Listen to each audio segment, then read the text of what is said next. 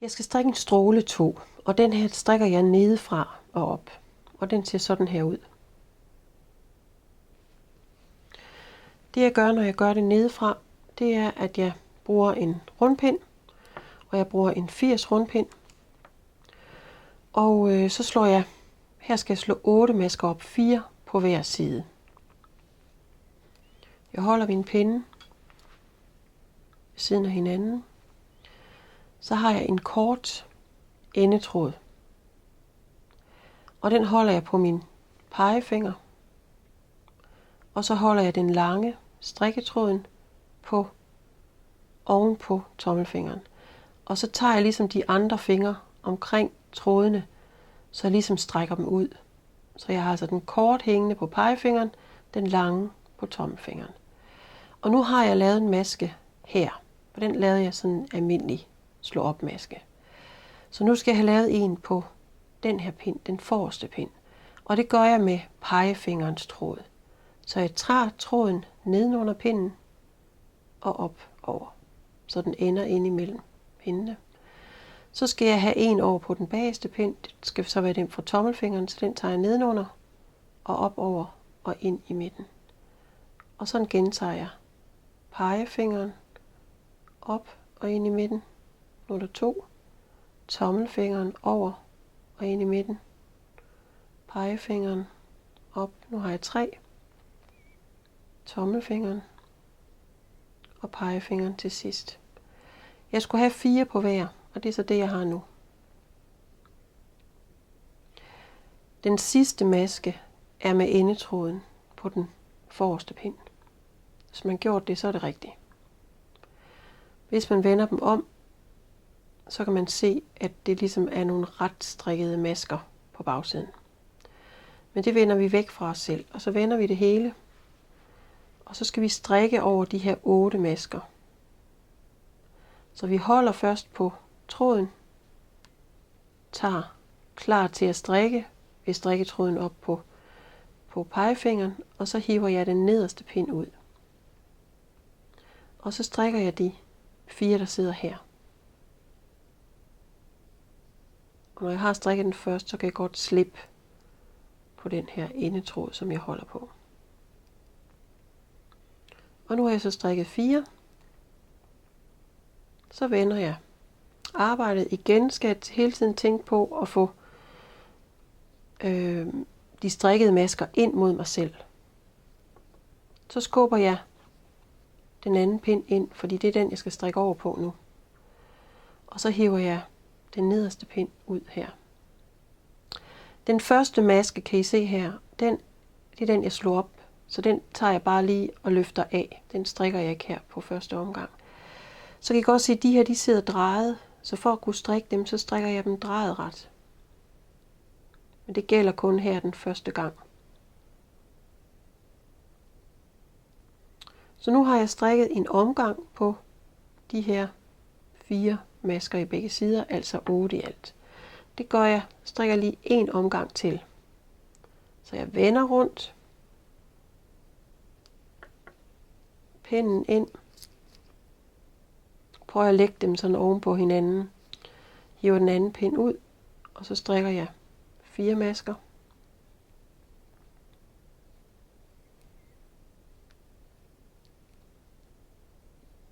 Vender igen.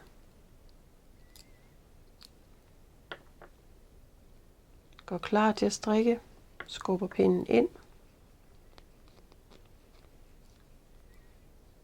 Lægger dem oven på hinanden. Hiver den anden pind ud. Og strikker de sidste 4. Så har jeg ligesom lavet starten på tåen. Nu skal jeg så begynde at tage ud. Og der strikker jeg en ret, og så laver jeg en udtagning. Jeg samler længden op og strikker den drejet ret. Strikker en ret og laver en udtagning. Sådan så jeg her på første pind, hvor jeg før havde 4 masker, nu får 8 masker.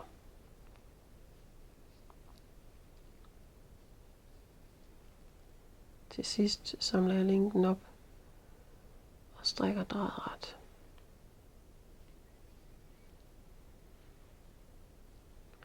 Så havde jeg 8 her. Så vender jeg igen. Sørg for at få ret siden op mod mig selv. Skubber den forreste pind ind.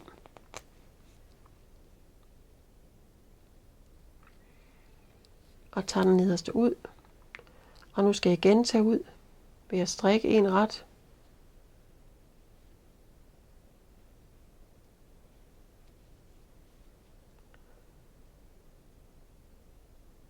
Lave en udtagning.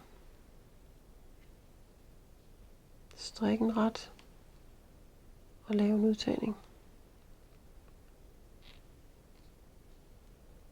Strik en ret. Og en udtagning.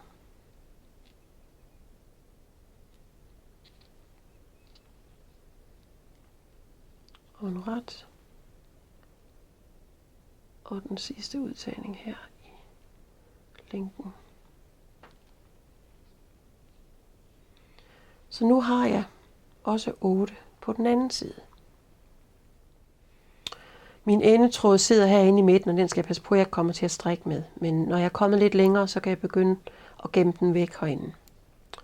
Men nu strikker jeg så en omgang over de her 16 masker. Så skal jeg lave udtagning igen.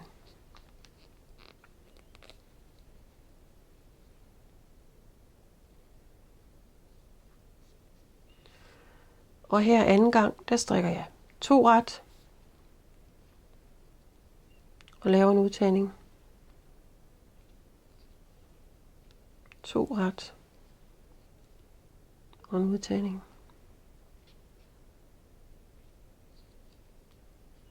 Og 2 ret.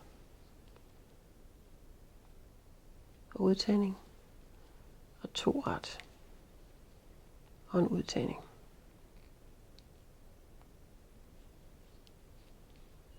Sådan så jeg nu har 12 masker på den her side. Vender. Jeg skal gøre det samme på den anden side.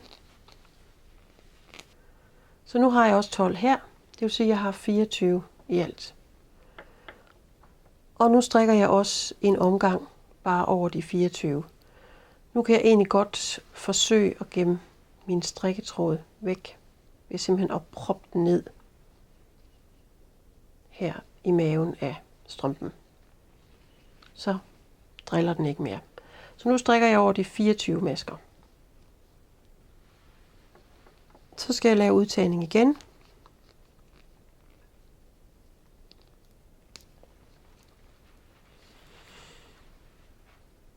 Og her strikker jeg så 3 ret. Og en udtagning.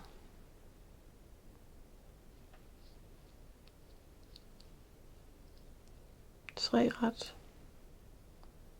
Og en udtagning. Og det gentager jeg. Sådan så jeg er kommet op på at have 16 masker på den her. På den ene side. Jeg vender.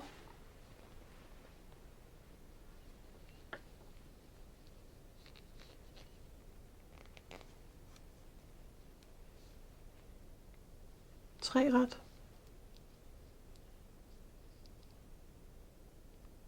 Og en udtagning. Og det gentager jeg.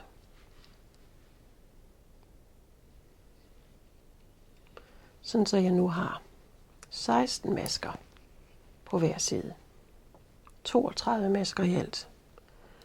Og igen strikker jeg en omgang over alle de 32 masker. Vi skal lave fjerde udtagning, og den består af 4 ret og en udtagning.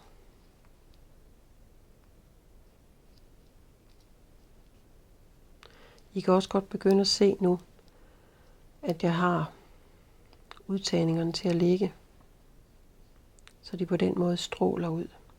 De ligger sådan oven på hinanden.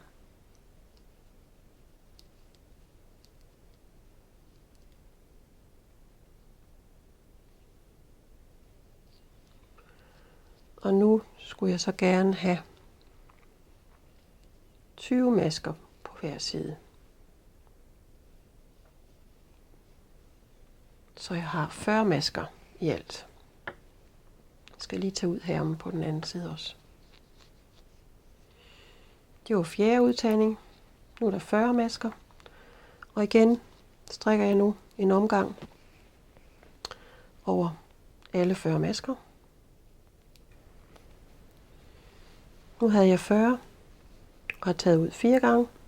Så tager jeg sidste udtagning. Og det gør jeg så ved at strikke 5 ret og en udtagning. Og så har jeg så strikket min stråletå.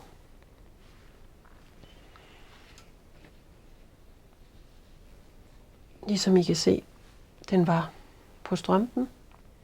Og så er det bare et spørgsmål om at strikke videre. I kan se, at den her tå, den er ikke så lang. Den er ikke strikket over ret mange pinde. Her er den strikket over 11 omgange, så den fylder ikke så meget. Så det er sådan en lille tå, så det skal man tænke i, alt efter hvor langt man skal have strømpen.